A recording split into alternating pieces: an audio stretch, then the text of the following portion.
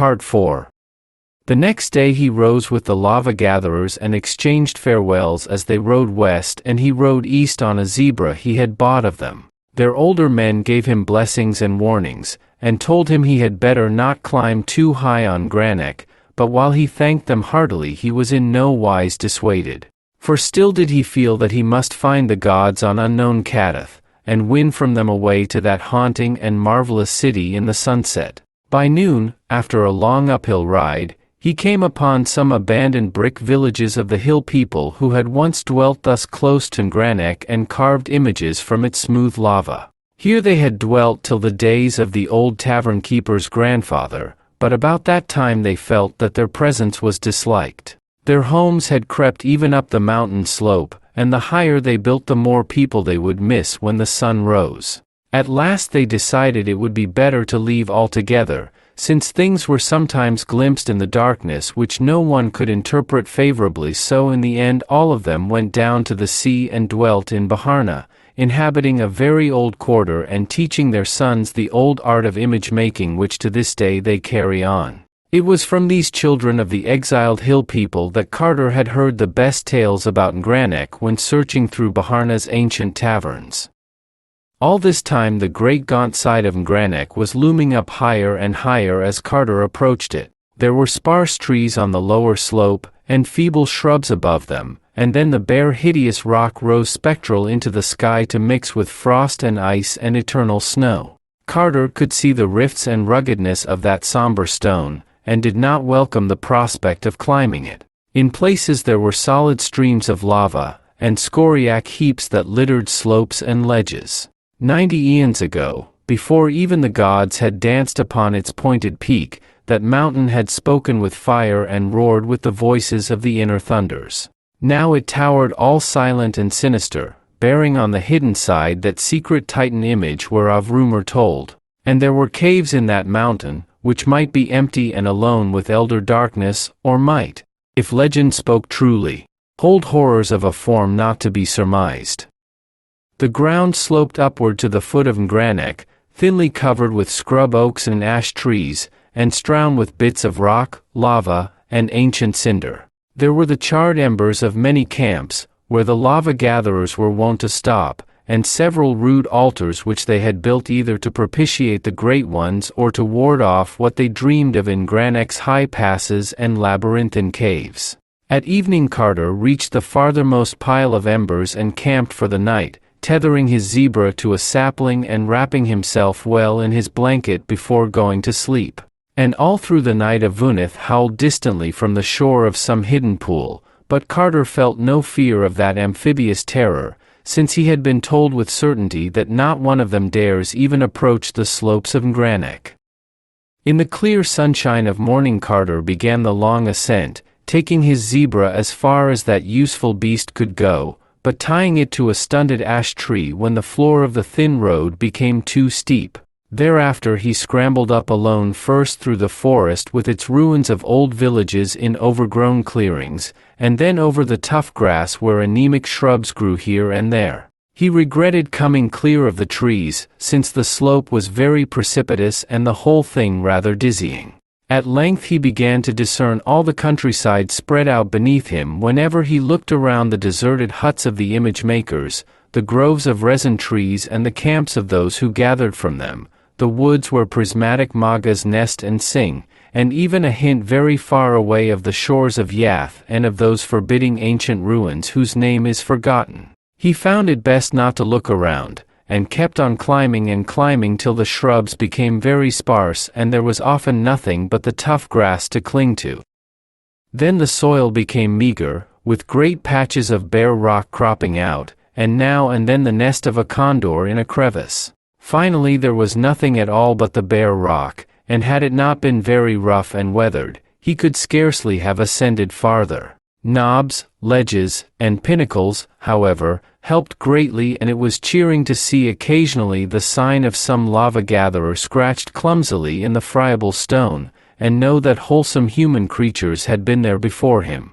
After a certain height the presence of man was further shown by handholds and footholds hewn where they were needed, and by little quarries and excavations where some choice vein or stream of lava had been found.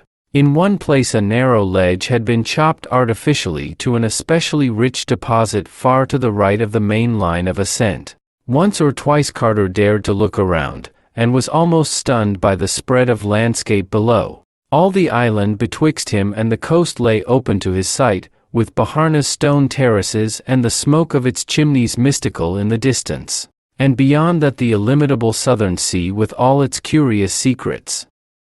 Thus far there had been much winding around the mountain, so that the farther and carven side was still hidden. Carter now saw a ledge running upward and to the left which seemed to head the way he wished, and this course he took in the hope that it might prove continuous. After 10 minutes he saw it was indeed no cul-de-sac, but that it led steeply on in an arc which would, unless suddenly interrupted or deflected, bring him after a few hours climbing to that unknown southern slope overlooking the desolate crags and the accursed valley of lava. As new country came into view below him he saw that it was bleaker and wilder than those seaward lands he had traversed. The mountainside, too, was somewhat different, being here pierced by curious cracks and caves not found on the straighter route he had left. Some of these were above him and some beneath him, all opening on sheerly perpendicular cliffs and wholly unreachable by the feet of man. The air was very cold now, but so hard was the climbing that he did not mind it. Only the increasing rarity bothered him, and he thought that perhaps it was this which had turned the heads of other travelers and excited those absurd tales of nightgaunts whereby they explained the loss of such climbers as fell from these perilous paths. He was not much impressed by travelers' tales, but had a good curved scimitar in case of any trouble. All lesser thoughts were lost in the wish to see that carven face which might set him on the track of the gods atop unknown Kadath. At last, in the fearsome iciness of upper space, he came round fully to the hidden side of Ngrannek and saw in infinite gulfs below him the lesser crags and sterile abysses of lava which marked the olden wrath of the great ones. There was unfolded, too, a vast expanse of country to the south, but it was a desert land without fair fields or cottage chimneys, and seemed to have no ending. No trace of the sea was visible on this side, for Oriab is a great island. Black caverns and odd crevices were still numerous on the sheer vertical cliffs, but none of them was accessible to a climber. There now loomed aloft a great beetling mass which hampered the upward view, and Carter was for a moment shaken with doubt lest it prove impassable. Poised in windy insecurity miles above earth, with only space and death on one side and only slippery walls of rock on the other, he knew for a moment the fear that makes men shun Granek's hidden side. He could not turn round, yet the sun was already low. If there were no way aloft, the night would find him crouching there still, and the dawn would not find him at all. But there was a way, and he saw it in due season. Only a very expert dreamer could have used those imperceptible footholds, yet to Carter they were sufficient. Surmounting now the outward hanging rock, he found the slope above much easier than that below, since a great glacier's melting had left a generous space with loam and ledges. To the left a precipice dropped straight from unknown heights to unknown depths, with a cave's dark mouth just out of reach above him. Elsewhere, however, the mountain slanted back strongly, and even gave him space to lean and rest.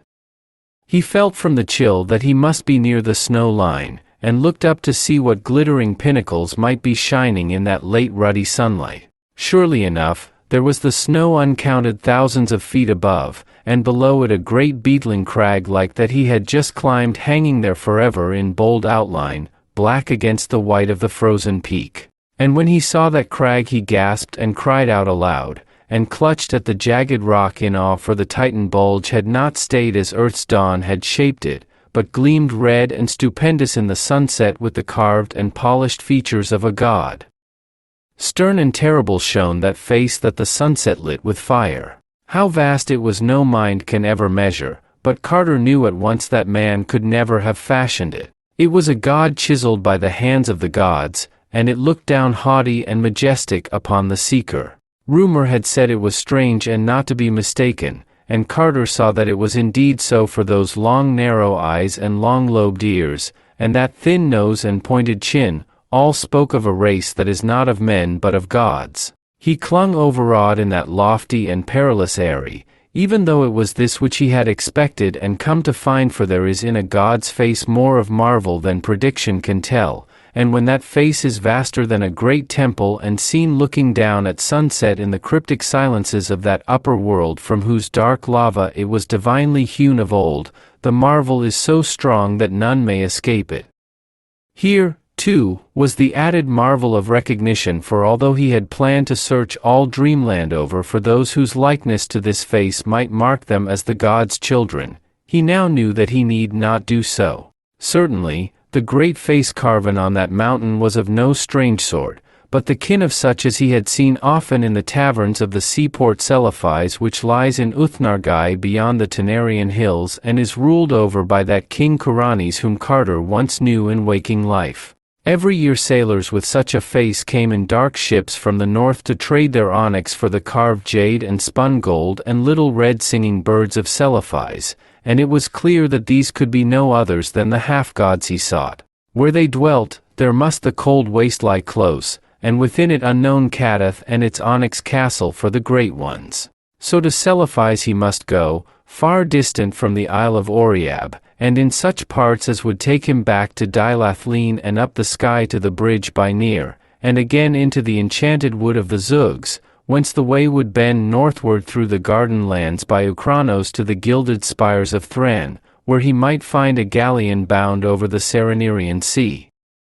But dusk was now thick, and the great carven face looked down even sterner in shadow. Perched on that ledge night found the seeker, and in the blackness he might neither go down nor go up, but only stand and cling and shiver in that narrow place till the day came, praying to keep awake lest sleep loose his hold and send him down the dizzy miles of air to the crags and sharp rocks of the accursed valley. The stars came out, but save for them there was only black nothingness in his eyes, nothingness leagued with death, against whose beckoning he might do no more than cling to the rocks and lean back away from an unseen brink. The last thing of earth that he saw in the gloaming was a condor soaring close to the westward precipice beside him, and darting screaming away when it came near the cave whose mouth yawned just out of reach. Suddenly, without a warning sound in the dark, Carter felt his curved scimitar drawn stealthily out of his belt by some unseen hand. Then he heard it clatter down over the rocks below, and between him and the Milky Way he thought he saw a very terrible outline of something noxiously thin and horned and tailed and bat-winged. Other things, too, had begun to blot out patches of stars west of him, as if a flock of vague entities were flapping thickly and silently out of that inaccessible cave in the face of the precipice. Then a sort of cold rubbery arm seized his neck and something else seized his feet, and he was lifted inconsiderately up and swung about in space. Another minute and the stars were gone, and Carter knew that the night gaunts had got him. They bore him breathless into that cliffside cavern and through monstrous labyrinths beyond. When he struggled, as at first he did by instinct, they tickled him with deliberation.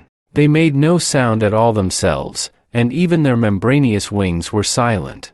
They were frightfully cold and damp and slippery, and their paws needed one detestably. Soon they were plunging hideously downward through inconceivable abysses in a whirling, giddying, sickening rush of dank, tomb-like air, and Carter felt they were shooting into the ultimate vortex of shrieking and demonic madness. He screamed again and again, but whenever he did so the black paws tickled him with greater subtlety. Then he saw a sort of gray phosphorescence about, and guessed they were coming even to that inner world of subterrene horror of which dim legends tell, and which is litten only by the pale death fire wherewith reeks the ghoulish air and the primal mists of the pits at earth's core.